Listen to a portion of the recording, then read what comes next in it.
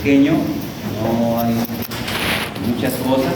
Diría en todo caso que hay algunos aspectos que son discutibles, ¿no? Que no están del todo consolidados. A ver, entonces, vamos. A ver, aquí una de las referencias, veremos, un poquito más completas sobre la clínica del ortopelismo, con el curso cronológico un poco de lo que se puede encontrar en las primeras horas, ¿no? El dolor, la huella de los quelíceros. Es una mordedura, ¿no? No digamos que es una picadura de una araña. La araña no pica, ¿no? Pues la araña no muerde, ¿no? Pero es una cuestión de terminología, ¿no? Y el edema, que a veces tiene una zona ya que se va insinuando de quimosis en torno al sitio de la mordedura. Ya progresivamente se va implementando lo que es el eritema, el exantema, y pueden aparecer luego ya del primer día signos infecciosos, como nos dijo su compañero. Podría haber infecciones por las especies de Clostridium, que lo mencionó ciertamente, de manera que el uso en el caso que trajeron de la clindamicina es una buena alternativa, ¿no? Bastante eficaz para Clostridium en general y para el mismo estafilococo y los streptococos que pudieran contaminar vería por los delitos. Entonces, comentamos con algunos compañeros y la delegada que el examen de la próxima semana de la receta va a ser sobre todos los temas menos lo que es meningitis y lo que es intoxicación. Según los procedimientos puede ser leve. Los niños llegan ahí en el serum, llegan que le ha mordido la araña, y no llegan, pues muchas veces, no es tan frecuente por suerte que lleguen con un cutáneo grave, un cutáneo leve, entre las 6 primeras horas, y hay que hacer ahí un manejo un poco expectante. Si hay signos infecciosos, se manejan infecciones, ¿no? La escara es importante que, si bien requiere escarectomía, debe primero esperar a que la escara consolide. No es que si una escara, tengo que sacarlo de inmediato, ¿no? Entonces se presenta en la primera semana, pero generalmente la escarectomía es unos 5 a 7 días después, una vez que ya está bien establecida, ¿no? Porque retirarlo de forma precoz trastorna más el proceso de cicatrización. Entonces no es una retirada inmediata, ¿no? Y si es verdad, como dijo algunos de sus compañeros, eso lo estudió el doctor Cayetano, que olvido a veces su nombre, pero él tiene algunos trabajos sobre uso de azúcar granulada, ¿no? Luego de la extracción del escara para la cicatrización, para promover la cicatrización, más que miel, azúcar granulada es lo que utilizaba. Y este es el cutáneo complicado, que ya requiere una hospitalización. Algunas medidas sintomáticas interesantes, la aplicación de frío, que se puede hacer también en el anterior, ¿no? En las lesiones iniciales también se puede hacer. No va a evitar que la toxina, digamos, se propague, pero ayuda a reducir el proceso inflamatorio. Igual los antihistamínicos son primeros sintomáticos, igual que hablamos en la parte de dermatitis atópica. La clorfeniramina resulta siendo un poco más apropiada porque produce sedación, o sea, por su efecto adverso, ¿no? Más que la desloratadina, la levocetirizina, que son un poquito más potentes, más duraderas, pero que no producen sedación, y el niño lo que quiere a veces es disminuirse la irritabilidad, sobre todo es un niño pequeño, ¿no? De la zona ya nos han hablado, la propiedad inhibitoria pues del movimiento de los neutrófilos, de manera que reduzca un poco la complicación del botulismo cutáneo, ¿no? Pero no está indicado obviamente en el cuadro cutáneo visceral, ¿no? Solamente se considera el botulismo cutáneo. Luego tenemos el suero antiloxocélico, ya nos han dicho esto que es precoz. Acá dice 24 horas, ciertamente la mayor eficacia en las 6 primeras horas, ¿no? Hay casos en que se administra después de las primeras 24 horas para ver qué cosa hace, pero poco probable que tenga una respuesta beneficiosa, ¿no? Entonces, dentro de las primeras 6 horas sí la efectividad está comprobada, y como dice por aquí, está claramente establecido que después de las 24 horas no hay evidencias de que pueda resultar beneficioso, ¿no? Este algoritmo es interesante, nos plantea algunas medidas adicionales. Fuera de los exámenes de laboratorio, que insisto siempre insistir en que no nos preocupemos mucho de esto, ustedes lo pueden tener como referencia, claro, pero terapéutica, no nos interesa tanto la parte, digamos, diagnóstica, aunque sí hay que considerar que la hemólisis se puede complicar inclusive con coagulación intravascular diseminada. Entonces, acá están las medidas, ahí está el hielo, está lo que es la analgesia, ¿no? Están los antibióticos, están los antihistamínicos. Está una orientación bastante clara de lo que hay que hacer en términos de soporte. También, por la congestión y el edema, se puede mantener inmovilizada y elevada la región afectada, si esto es posible, ¿no? Es decir, si es la mano, si es el pie. En el caso del manejo específico, acá está el cutáneo no complicado, entonces hay acá una discusión respecto al corticoide. Se supone que si es un organismo cutáneo leve, digamos, o no complicado, el corticoide alrededor de la lesión puede reducir un poco la extensión de la misma, ¿no? El potente efecto antiinflamatorio perilesional podría resultar beneficioso. Si es un cutáneo complicado, entonces se considera un poco más apropiado el corticoide sistémico. Se puede aplicar, como dice acá también, corticoide perilesional, pero el corticoide sistémico se considera que es un poco más eficaz. Luego están los antimicrobianos, está la dapsona. Algunas veces se usaba por los mismos fines, por las mismas razones que se utiliza la dapsona respecto a la migración de los neutrófilos, la colchicina, ¿no? La inactivación de los neutrófilos, ¿no? La dapsona es el que se ha estudiado un poco más. Y después, perdón, en el cutáneo visceral, entonces hay algunos que sugieren que se mantenga el corticoide sistémico, que podría tener algún beneficio justamente sobre la hemólisis. Sin embargo, esto es discutible, ¿no? Y esta referencia, por ejemplo, solo considera mantener cierto efecto local, ¿no? Y como no está validado plenamente el beneficio de usar el medicamento por vía sistémica, eso queda ahí un poco a juicio del médico tratante, ¿no? Un poco lo que se podría decir en esta parte. En cuanto al atletismo, acá tenemos los grados, ¿no? Sabemos que el problema acá es una neurotoxina, ¿no? A diferencia de lo que sucede en el otro caso, que era una toxina pues, que tiene la capacidad de producir hemólisis y lesión tisular. En este caso una neurotoxina, ¿no? Con importantes propiedades espasmódicas, ¿no? Proespasmódicas. Entonces, generalmente hay contractura y dolor, ¿no?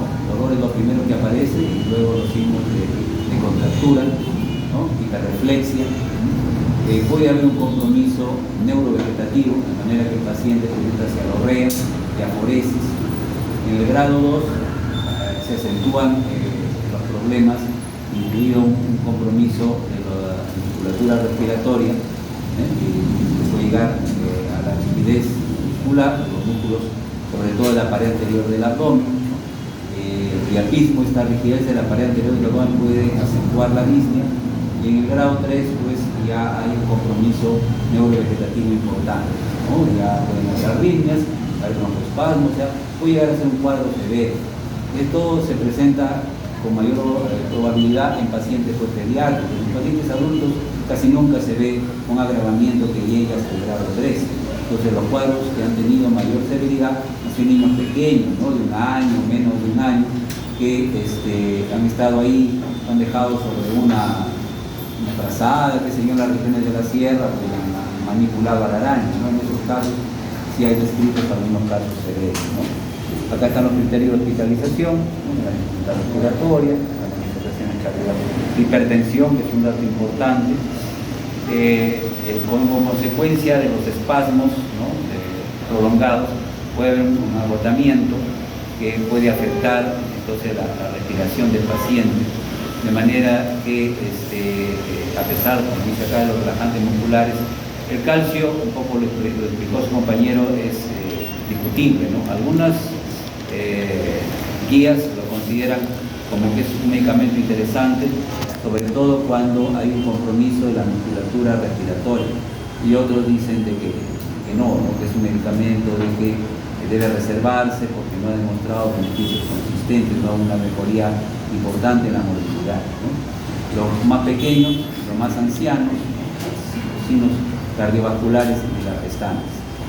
Entonces, el manejo del atletismo, este es el ABC que ya se conoce, el analgésico es importante, podemos ir desde nuestros conocidos AINES hasta el uso de opiáceos, ya eso depende de la percepción del dolor que tenga el paciente, ¿no? Algunos niños toleran menos el dolor todavía, más sensibles, entonces podría pensarse en tramadol, obviamente, pero también se pueden llegar a opiáceos más típicos, ¿no? Después, el relajante muscular aceptado en general, que funciona bien. El problema es que cierto riesgo de depresión respiratoria es el diazepam, ¿no? ¿Por qué? Porque se sugiere que se repitan las dosis para generar el efecto relajante. O sea, el efecto relajante no se consigue con una sola dosis al día, a pesar de que el niño esté sedado. Para que haya relajación muscular, entonces hay que administrarlo entre 3 a 4 veces al día. Pero ese es el problema, y por eso es que hay literaturas que promueven el bicarbonato de calcio, ¿no? El problema es que la eficacia no parece tan alta y sí hay riesgo, pues, de por ahí, modificaciones en la frecuencia cardíaca o la excitabilidad miocárdica que podrían complicar al paciente, ¿no? Entonces, por eso es que un poco en nuestra lista hemos puesto que si está pensando en relajante, empezar por el diazepam, ¿no? A veces con 2, máximo 3 dosis se consigue el efecto suficiente y ya no hay que recurrir al gluconato de calcio. En todo caso, la idea sería, si el diazepam no es suficiente, podría optarse por gluconato. Si se comprometen ya un poco por las contracturas que afectan los músculos de la pared anterior del abdomen, un poco los intercostales, ya está comprometiéndose un poco la respiración, podría considerar también un poco el gluconato, a pesar del riesgo y de que no esté totalmente validado. Es una decisión al final, como debe ser después de una evaluación del paciente, ¿no? Después difenipino, ¿no? El bloqueador de canal de calcio, por ahí, que podría ayudar en la relajación, si es que habláramos, pues, de músculo liso, pero en este caso está pensado fundamentalmente como vasodilatador, ¿no? Y si la cosa es severa, pues será nitrocrucial. Ya estamos viendo acá que si la persona tiene hipertensión, que puede ser una emergencia hipertensiva, se opta por el medicamento correspondiente. Después, por si acaso, porque siempre la mordedura conlleva algunas bacterias, los niños pequeños a veces no tienen cubiertas todas sus vacunas, puede considerarse el toxoide tetánico, ¿no? Si no tienen o por la región de donde vienen, a veces no están inmunizados. Y de los antibióticos, el derivado beta-lactámico es suficiente en general, entonces cefalosporina de primera, ahí con la cobertura que ya sabemos, y ante la presunción que es un clostridium, aunque es más propio de los toceles, podría ser la clínica, ¿no? O si bien dijo su compañera mucina clavulanato, podría ser porque generalmente es una infección superficial, y ya sabemos que el clavulanato mejora la eficacia de la amoxicilina contra los anaerobios. Una mordedura pequeña, superficial, sin muchos signos inflamatorios, caliente, en fin, donde uno presume que puede haber una infección, podría ser amoxicilina clavulanato, y seguiríamos dentro del beta-lactámico.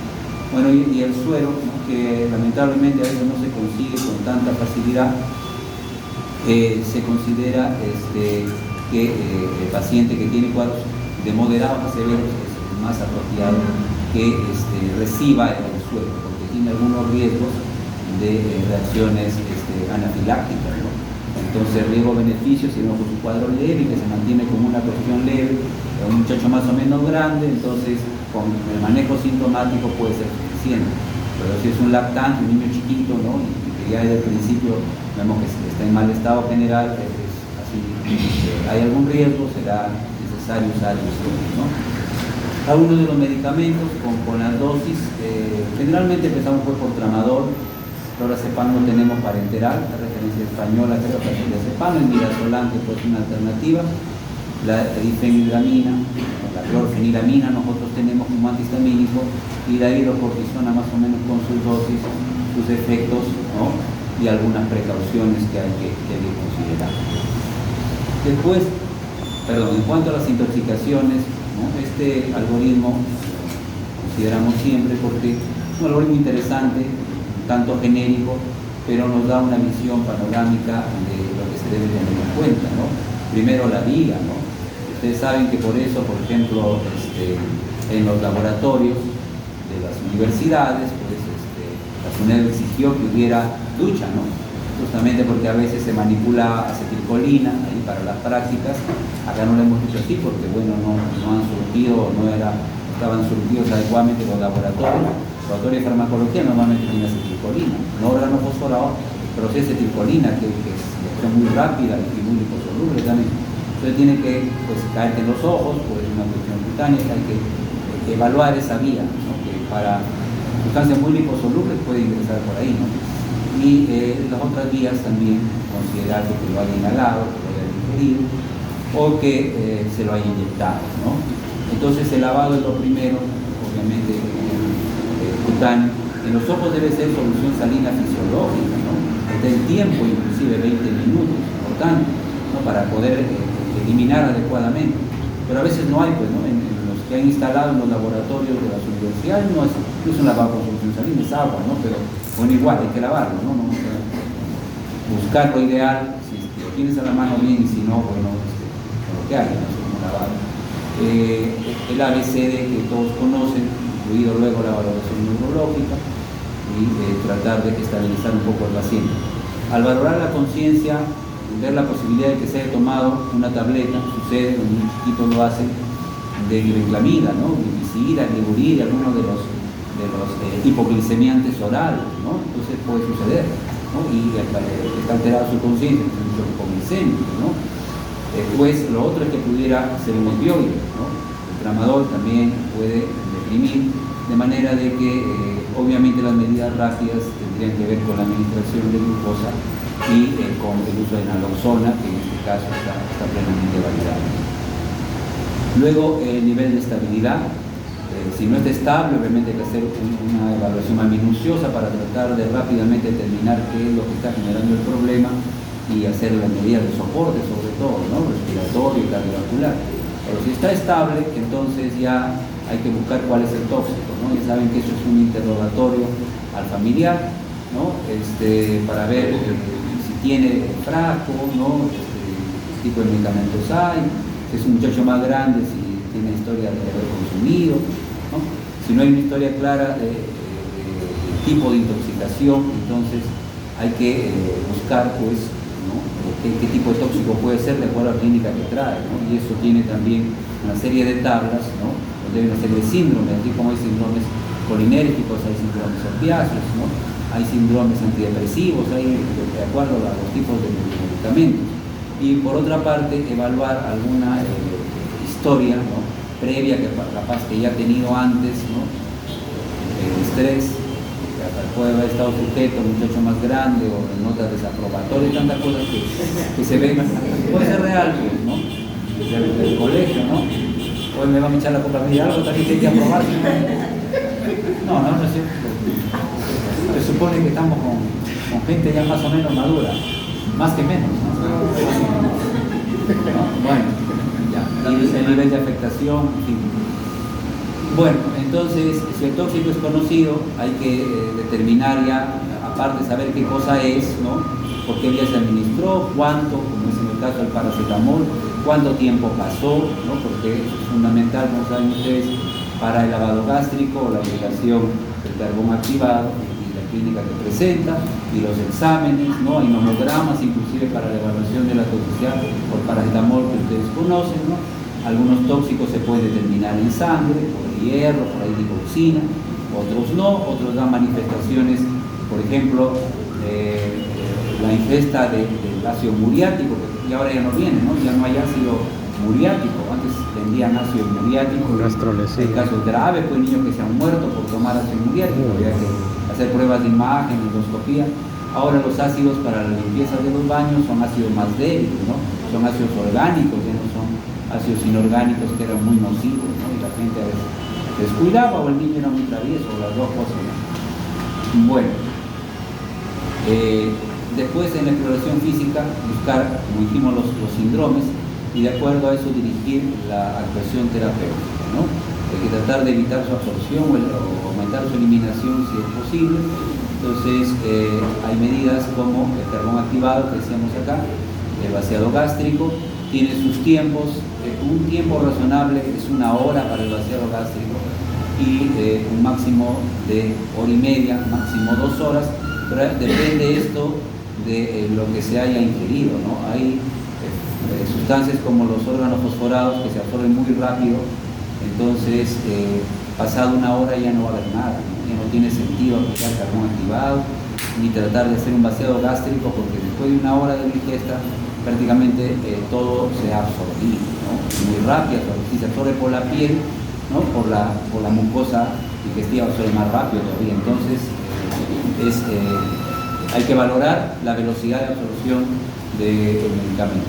El uso de antídotos, que hemos puesto una tablita por ahí de algunos antídotos, hay tablas más grandes, en el documento que lo hemos puesto algunas para los que tienen un poquito más grande, y después lo que es la diuresis, ¿no? Forzar diuresis, que es un tema interesante, más lo que es la modificación de pH.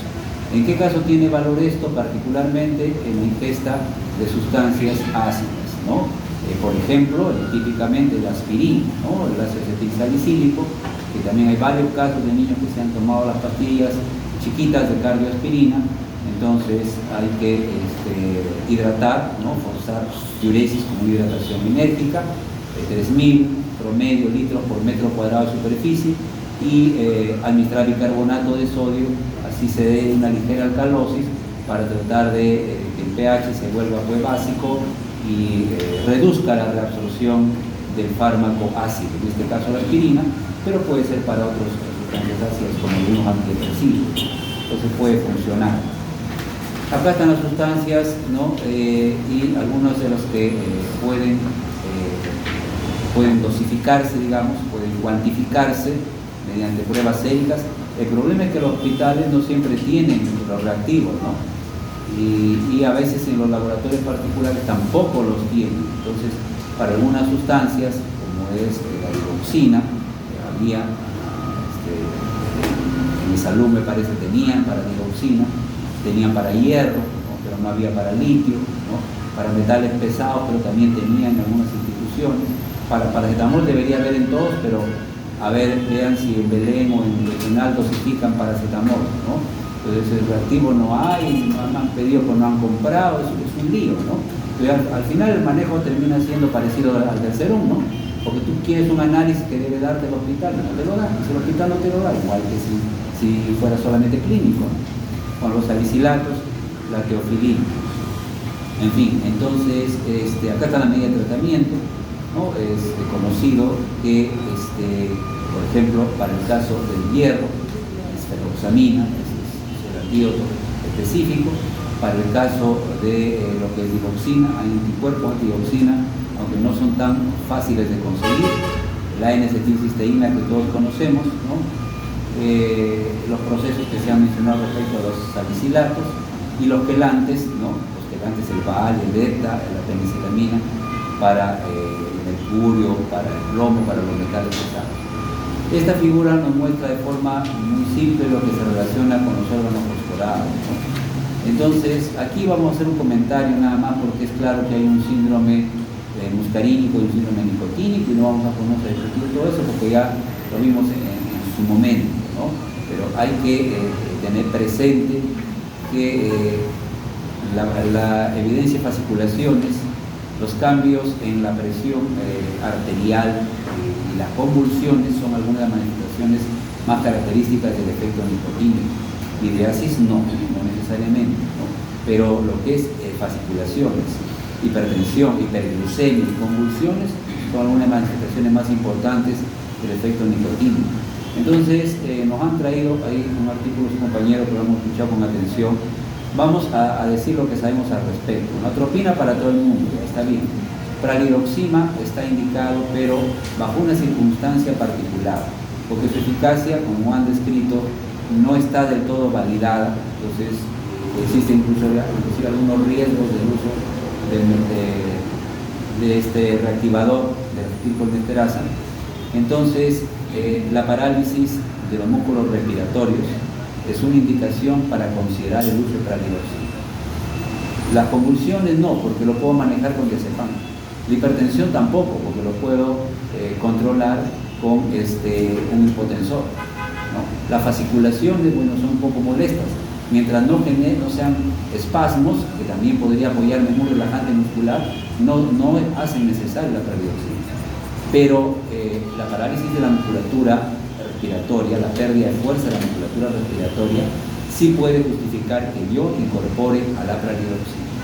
Entonces, como ven, no vamos a encontrar una guía acá porque no hay, o una evidencia que te diga, la proxima se usa de todas maneras, hay beneficios aparentes, pero también hay una eficacia cuestionable y una seguridad que no es del todo bien establecida.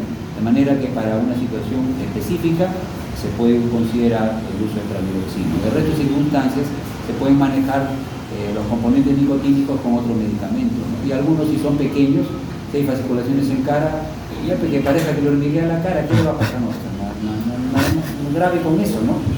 Para que no se le mueva la cara, le voy a poner praviroxina, no tiene mucho sentido, ¿no? Entonces, es un poco la idea, ¿no? Después por aquí, los rodenticidas sí son un peligro. Esto no tanto, pero los rodenticidas sí, ¿no? Porque hay muchos racumini parecidos para eliminar a las ratas, ¿no? Y como son de efecto lento, a veces el niño igual se lo come porque la madre es descuidada y la hemorragia se va a producir después, ¿no? Entonces es importante, si la migración es precoz, la descontaminación gástrica, pero si no se ha sabido y comienzan a aparecer las manifestaciones hemorrágicas, esto requiere medidas de soporte y obviamente la vitamina K, pues, intravenosa, ¿no? Para tratar de revertir los efectos que produce una sustancia de este tipo, ¿no? El uso cada vez más precoz de vitamina K nos daría una mayor probabilidad de respuesta más apropiada, ¿no? Lo más precoz sea la introducción de vitamina K, mejor va a ser la respuesta. Esto también se las puesto en el documento, ¿no? Son las píldoras, ¿no? Los asesinos de una sola píldora, digamos, ¿no? Importante, puede ser que les preguntemos en el examen, no de los más raros, porque hay nombres que han de estar lamentando, no te preocupes, por ahí lo ponen en alguna parte, ¿no? Para poder cotejar a la hora del examen. Diga cuáles, doctor, diga cuáles. No lo sé, pero vamos a tratar de hacer un examen más objetivo, un poco más seguro. Las 5 primeras, doctor. Vamos a buscar que sea lo más objetivo posible. Ya. Cipradicina. A ver, lo defino, ¿no? Conocido, ¿no? Limpiacem, ¿no? Porque están disponibles sobre todo a la mano, ¿no? Glibenclamida o herbicida que dijimos hace un momento. Esto es frecuente, relativamente frecuente, ¿no? Y una sola pastilla, si no se dan cuenta, lo puede matar al niño, porque se desmayó. Si es de noche, piensa que está durmiendo. Hipoglicémico, ¿no? Sí, no. Está desmayado, está inconsciente, ¿no? Entonces es peligroso, ¿no? La hidroxicloroquina, Made in Trump, ¿no? O Trump, ¿cómo se dice? El presidente Trump, hidroxicloroquina para todo el mundo. También fue, recuerden, lo vimos en malaria, que podría causar paro cardíaco, hay que tener cuidado, ¿no? O sea, no será para un adulto, pero el adulto que lo compró para el COVID y lo agarra el niño, a veces pues no chiquito, y se lo pasa, ¿no? Entonces, particularmente el niño de un año, pues, ¿no? O menos de un año, ese es el problema, ¿no? Bueno, risperidona, ribastigmina que usan los viejitos para trastornos degenerativos, ¿no? Después tenemos tramadol, ¿no? Tramadol y verapamina. Eso, tapentadol también hay, ¿no? Pero un poquito más difícil de conseguir, tramadol o verapamina. Pero esos medicamentos hay que acordarnos, no son muchos, ¿no? No son muchos y son de uso más o menos frecuente, ¿ya? Sobre todo aquellos que por ahí están al alcance de cualquiera, como la glibenclamida, que además es barata, la hidroxicloroquina, ¿no? Y el tramadol. Entonces son fáciles de acceder, se venden en la farmacia sin receta y puede tener por ahí medicamento a la mano. Esta es la ingesta de cáusticos, ¿no? Entonces hay que ver siempre la estabilidad, luego valorar el tipo de ingesta, porque puede ser un intento de suicidio. ¿Por qué? Porque cuando es una ingesta voluntaria de cáustico, entonces la lejía, porque que quiere lavarse por dentro, no sé, entonces los volúmenes son altos, ¿no? Las cantidades son altas, porque obviamente la ingesta voluntaria que quiere suicidarse, ¿no? Entonces, en cambio, la ingesta accidental, generalmente los valores son mucho más pequeños, ¿no? Son más volúmenes más escasos, generalmente un trago y nada más, una cosa así, ¿no? Acá está la lejía de uso casero, por ejemplo, ¿no? Y a veces no hay problema, y es una evaluación nada más de que es una cosa mínima, entonces se va de algo. Pero las ingestas voluntarias con intenciones de suicidarse, de quitarse la vida, o de sustancias de pH muy extremo o muy alcalinas o muy ácidas, entonces sí es una medida de NPO, es una medida de protección gástrica aquí, ¿no? El uso de antieméticos. Importante el antiemético, aparte que está contraindicado el vómito, obviamente el vómito, porque las contracciones peristálticas pueden desgarrar una mucosa que está lesionada, ¿no? Entonces no solo hay que darle pues omeprazol endovenoso para reducir la secreción de ácido y que no se ulcere más ese estómago que está afectado, sino un antiemético, ¿no? Un antiemético que podría ser un dancetrón, más que metoclopramida. ¿Por qué no tanto metoclopramida? Porque es un procinético y va a aumentar la motilidad. Si hay contracciones, puede que una mucosa que está medio desgarrada se termine de lastimar más. Entonces es mejor un antiemético tipo dancetrón, ¿no? Por analgesia, porque es doloroso y seguramente va a ir endoscopía, y de acuerdo al grado de lesión que se haya producido, va desde una observación, ¿no?, con NPO durante algunas horas, hasta un manejo pues con los antiméticos, los antisecretores, los analgésicos y algo de corticoides para reducir inflamación. No es contraproducente, porque alguien puede decir, yo recuerdo cuando estaba teniendo internado, decir, pero ¿por qué le ponen corticoides? El corticoide va a aumentar la lesión de la mucosa gástrica. No, pues porque está con el prazol a dosis alta, está protegido por ahí. Nuestro protector. Pero queremos que reduzca la inflamación, ¿no? Y a veces antibióticos.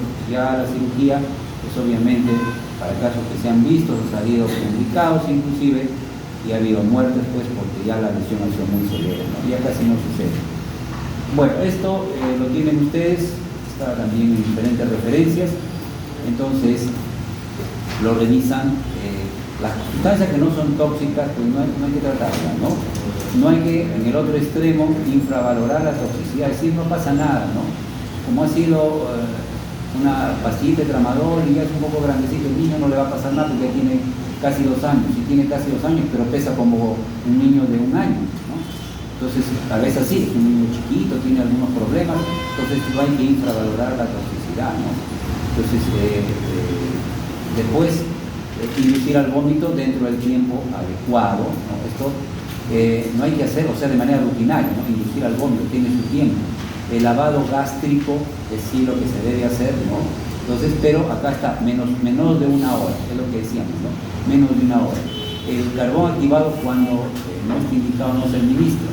Entonces, pasadas 2 horas ya no, pues, ¿no? Entonces ya no es adecuado, y peor si consideramos sustancias que no se van a absorber o que ya se digirieron, ¿no? Ya pasaron, ya el paciente está con alteración de conciencia, no está intubado. Después la leche que le gusta tanto dar a la gente, eso no es razonable.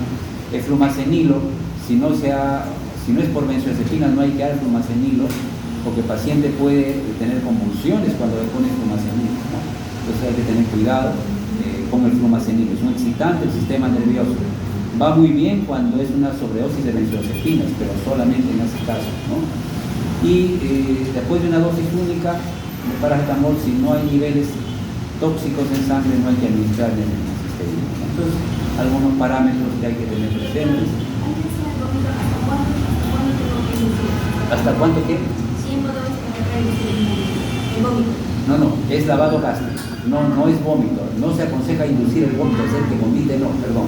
Ahí no hay que inducir el vómito, hay que realizar el lavado, si se justifica, ¿no? Dentro de la primera hora y el carbón activado, administrarlo dentro de las primeras 2 horas cuando esté indicado. Si no esté indicado, porque no se va a pegar ahí la sustancia, no es absorbible. Pregunta para el test, ¿no? Absorbible. Condeno, ¿qué es absorción? A ver, para que se reivindique mi amigo que está molesto acá. Absorción, yo les comenté en farmacología, ¿no? Absorción, el carbón activado produce absorción, AD.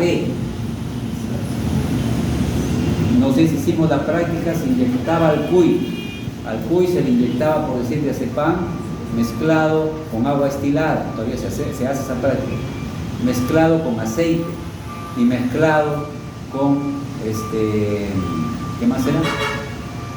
Con gelatina, creo.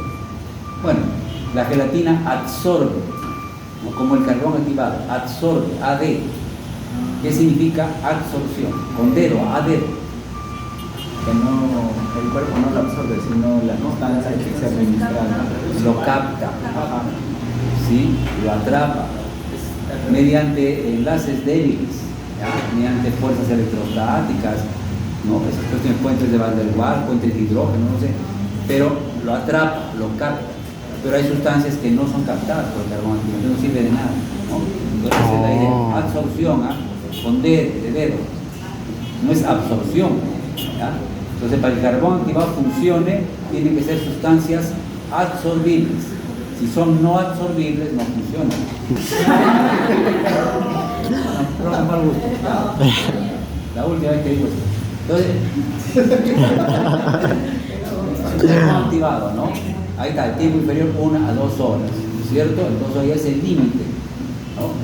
Miren, y ahí hasta la diapositiva, léanlo bien, pues acá dice, las sustancias se absorben, ¿no? Lo que tú tomas absorbe, pues, absorbes a la sangre. El carbón activado absorbe, ¿no? El carbón activado AD, el carbón a dedo, los medicamentos AB, pues, a bueno, se absorben, ¿no? Son cosas diferentes. Hay una diferencia de una letra, pero son cosas totalmente diferentes. Bueno, el lavado gástrico, hasta acá está el esquema, ¿no? El lavado gástrico, el paciente consciente, si no, para hacer lavado gástrico tenía que estar intubado y el tiempo es de 1 hora, ¿no? Idealmente debe ser de 1 hora. Acá están las medidas, cómo se introduce la sonda, la cantidad que se colocan. Hay algunas referencias que sugieren que ya no se haga el lavado gástrico, ¿no? Pero encontrar una medida que dice que no es muy adecuado hacer lavado gástrico, que no resulta beneficioso, que conlleva algunos riesgos, ¿no? Que la gente puede aspirar, en fin, ¿no? Y si un niño chiquito está pataleando ahí como loco, entonces es un poco problemático, es verdad, algunas guías que lo dicen, otros dicen que se realice entre la primera hora, hay que valorarlo, ustedes valorarán y decidirán, ¿no? No tiene que ser estrictamente como dice una guía u otra, se formará en el mejor criterio.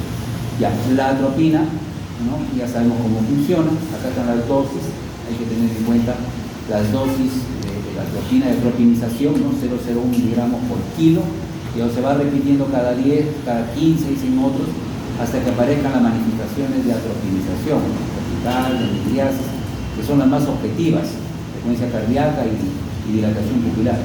La pralidoxima, ¿no? Particularmente el tema de la debilidad muscular respiratoria, ¿ya? Si no está indicado, ya nos han dicho que podría trabajarse solo con atropina, y es real, ¿no? Podríamos apoyarnos en otros medicamentos. El de ferroxamina para el hierro, el etanol, ¿no? Que va a ser un antídoto para el metanol, ¿no? Alcohol metílico que toman algunas personas por ahí que ya están en el último extremo del alcoholismo y que no tienen plata, ¿no? Compran ahí, sí, pues compran alcohol metílico, ¿no? Es una intoxicación severa, para que les den etanol aparentemente, ¿no? Porque saben que con eso lo van a desintoxicar. Bueno, en todo caso es así, el etanol funciona como antídoto para el metanol, ¿no? El flumazenil solamente para el paciente que tiene una intoxicación aguda con benzodiazepinas, es parecido a la naloxona. No se da en pacientes que tienen tratamiento crónico con benzodiazepinas, porque pueden convulsionar, ¿ya? Entonces, igualito que sería con naloxona, no se da en el que tiene intoxicación crónica con opioides porque hace síndrome de abstinencia, ¿ya? Ahora miren, si convulsiona, ¿qué hay que darle? Lo que estamos tratando de antagonizar, las benzodiazepinas. Entonces, es intoxicación aguda. Hay flumazenil, ¿ya? Hay flumazenil. Yo recuerdo que una paciente que requirió flumazenil, no de las que le contaba siempre, ¿no? La chica que estudiaba medicina y que se engañó que se iba a suicidar, no.